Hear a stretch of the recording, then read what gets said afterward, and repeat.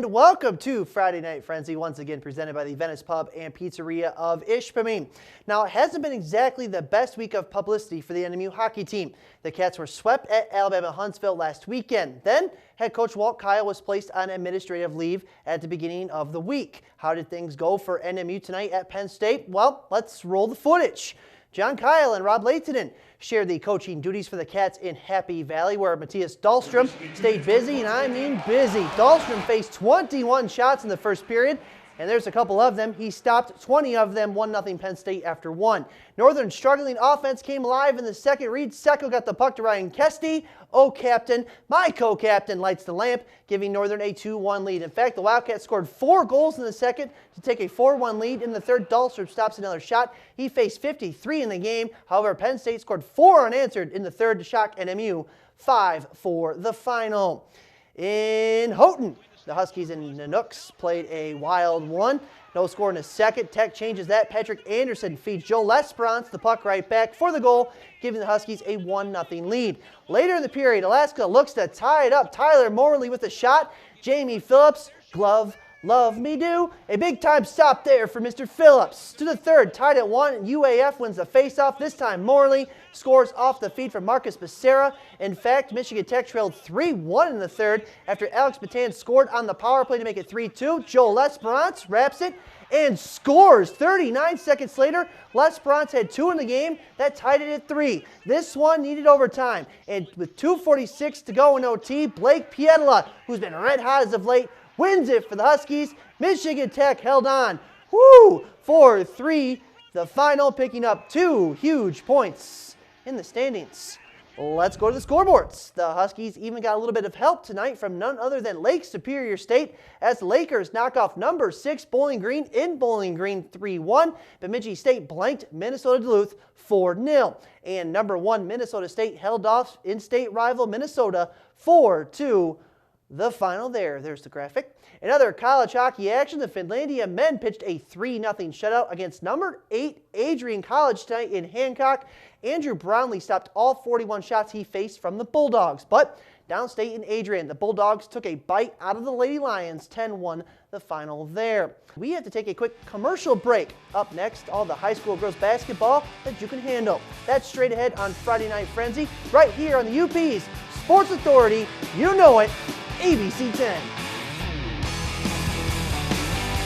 And welcome back to Friday Night Frenzy, once again presented by the Venice Pub and Pizzeria of Ishpeming. Now, each and every Friday night, it's always a battle in the Mid-Penn Conference. In fact, a couple of MPC teams played right down to the wire tonight in Negaunee. The Westwood Patriots traveled to Lakeview Gymnasium to battle their conference rival. First quarter, Alita Johnson with the ball, gonna swing it to the top of the key for Courtney Klickner for 3. Click, click, boom. 5-2 Miners. More from Alita Johnson. The crossover, she stops, pops, and drops it into the bucket, extending the Miners' lead to 5. Now, Kurt Corcoran's team fell behind early, but they would get some shots to fall down eventually. Inbounding the ball, Gabby Hebert finds the late-cutting Shelby Kellen for the lay-in, putting Westwood within 4 points. Just before the end of the first quarter, Catherine Edelamaki bounces it to Shayna Calgary, and the senior drills the triple. In the second quarter, Adina Anderson going to hit the baseline J off the inbounds pass for the blue and white. Negaunee led 13-9 though after 1, and Westwood made a run late, but Negaunee wins it 43-37 the final. Just down the road at Ishpeming, the Manistee Emeralds had a tough time against the Hematites. Ishpeming out front by 26 in the third, and on the move, Haley Thompson, no, Jessica Spencer was there for the board and the putback. Later, Kaylee Engler puts her 3 on the front side of the rim, but again, Jessica Spencer, right place, right time. The kiss off the glass falls in for Jessica. The Hematites kept their foot on the gas deep into the third. Haley Thompson to Kaylee Engler for the basket. Timeout, Manistee. Jessica Spencer led all scorers tonight with 19 points, including, watch this rebound and shot. I call it a silly-looking shot that falls in. When it's your night, it's your night. The Hematites put up 69 points at home for the W.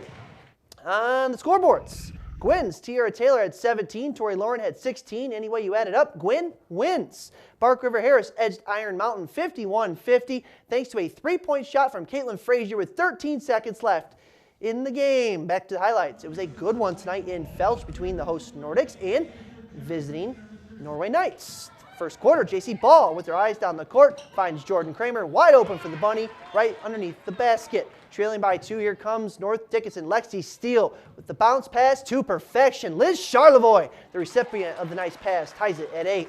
More from the Nordics. Kim Bekarik's shot is going to be a little long off the window. Let's just call it a pass off the glass. Miranda Jacobson there to clean it up and put it home. She had 26 for the home squad. Back to Norway, the three-point shot does not go. Ashley Zandon gets it to Kramer for the spin, the shot, the foul, and the hoop. A great three-point play there for the Knights. At the end of the first quarter, Norway gets not 1 but 2 shots off. Jordan Kramer just beats the buzzer. Kramer also had 26 points as the Knights win it 64-57. Another action on the hardwood, Kearney Nadeau held off Mid-Penn 52-39. Munising behind 18 points from Marissa Immel defeated Rapid River 58-23. In other Class D action, a couple of youngsters and Powers took in the game between Forest Park and North Central. Early on, the Trojans with the ball. Maria Stakowitz, little head fake, drives, and she gets the friendly roll on the road to go.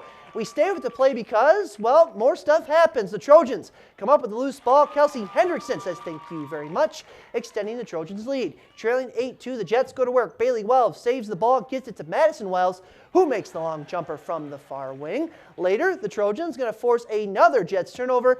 Abby Nyland gets the rock and takes it right to the rim. Now, Natalie Dombrowski is going to sink the upcoming shot from right in your living room for the JETS Jets. But the game belonged to FP, as in Forest Park, 57-41, the final. In girls basketball, more girls scores. Hancock went to Chassell and defeated the Panthers 51-37. Lance won at Dollar Bay 41-30. It was Jeffers over Baraga 44-31. And Lakeland and Hubble just slipped by Ontonagon 38-36 to final. Speaking of the Copper Country, Houghton won a big-time game against Calumet earlier this week, but would they have a letdown against West Iron County? First quarter, the Gremlins come out flying. Sydney Dillinger puts the orange and white up 13-0. West Iron County, though, gets on the board in style. Alexis Golfis just puts her head down, drives, and count that baby in a foul. But back the other way for the home team. Michelle Laux is short on the 3, but keep an eye on the ball. It's loose, and guess who gets it back? Michelle does for another Gremlins bucket. In other rebounding importance, Lizzie Polizer was a little short in the jumper. Emmy Kinner was there for the board and the putback. Houghton Sloan Zenner led all scores with 17 as the Gremlins win it at home 55-29. Quickly, boys basketball full screen. Gladstone made the trip to Menominee, and they took care of business for the 48-30 road victory. Quickly, even quicker, let's go to the Sioux, where Newberry battled the Blue Devils. The Indians started out fast in this one, scoring 3 quick buckets. First one here coming by Josh Hood on the break. Tate Miller going to earn the second basket for Newberry with the assist from John Paramsky, and that's good as well. Another fast break coming up here by Hood makes it 6-0 just like that. And Mike Fitzner not happy with his team's play thus far, but that wakes up the Blue Devils. Terrence Fuller works hard for the first points for the game for the Sioux. Now Tristan Johnson going to miss the next one long, but nice hustle coming up by Brendan Miller, following it in for 2. Newberry fought early, but in the end, the Sioux, they win big tonight, 57-18. And that's going to do it for this edition of the Frenzy. Tomorrow in Marquette, the annual Nokemanon ski races continue in Marquette all day long. Michigan Tech hockey will be at home against Alaska. NMU plays Penn State in the Big Ten Network at 4:30. Sunday, the NFL Pro Bowl takes place in Glendale, Arizona. The NHL All-Star Game, no Red Wings playing, also on Sunday. Jimmy Kimmel on the way next. I got to go. I'm out of time. Have yourselves a great weekend. Good night.